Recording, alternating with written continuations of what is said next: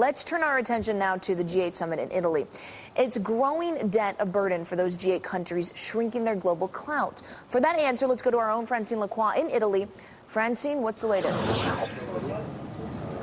Good morning, Chris. Well, most of the focus today will be on the economy. Now, we have two different camps. The U.S. also thinking about putting in a second stimulus plan. We also heard from the French President, Mr. Nicolas Sarkozy, that it is too early, certainly, to have a contingency plan, to actually think about exit plans, because if you pull the stimulus plans too quickly, then he says that will further deepen the recession across the world. But economists disagree. We should begin to discuss exit strategy because there is one main treat for the exit, that is comeback of inflation. And when inflation will arise, it will be too late to fight it very quickly. So we have to think at the exit strategy. On the other hand, the rebound of the economy is not really there.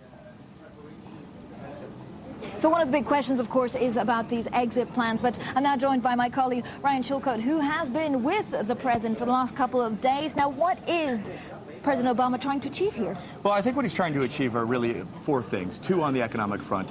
He's talked a lot about wanting a global overhaul of financial regulation. He's also talked about the need for economies around the world to do more to stimulate growth.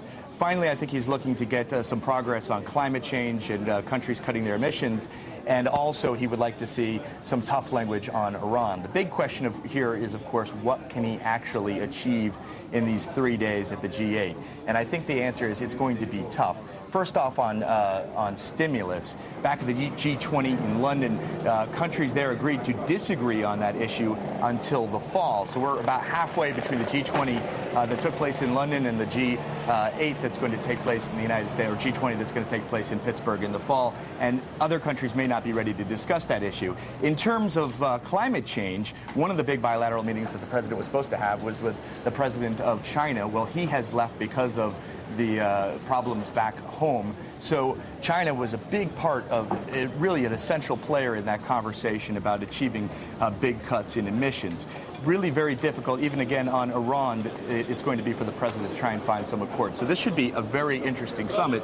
I don't think it's going to be really easy for any of the leaders to accomplish very specific things they can sell back to their electorates. And of course, with the fact that the Chinese president has left, there's a problem almost of legitimacy, that a lot of the big topics, such as currencies, might actually get on the sideshow, not taken into account as much as they would have been.